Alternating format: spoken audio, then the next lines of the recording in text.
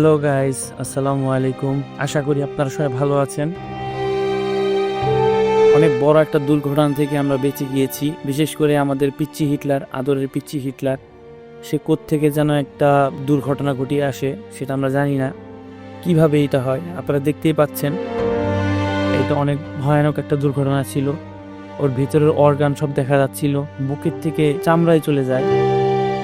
তারপর আমরা অনেক ভয় পাই, কিন্তু ভেটেরিনারি হসপিটালে নেই না, আমরা নিজেরা একজন ভেটেরিনারি ডাক্তারের সাথে কথাবার্তা বলে তার পরামর্শ অনুযায়ী আমরা ওর ট্রিটমেন্টগুলো চালিয়ে যাই।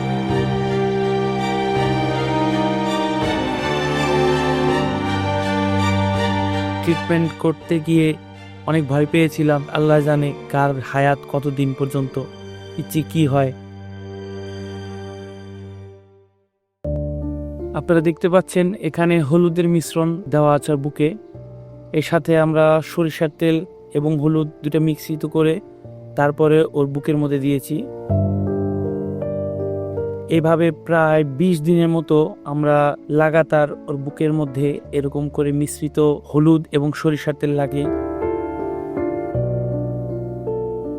তারপর ধীরে ধীরে সে ঘাটা শুকাতে থাকে। কিন্তু ও প্রচন্ড লাফালাফি করে, ও ব্যথার ভয় পায় না, তাই ও বারবার জায়গাটাকে পুনরায় ক্ষত করছিল। বারবার ক্ষত করার কারণে সেই জিনিসটা সারতে একটু সময় লাগে। প্রায় 1 মাসের বেশি সময় লেগেছে এই ক্ষতটা ঠিক হতে।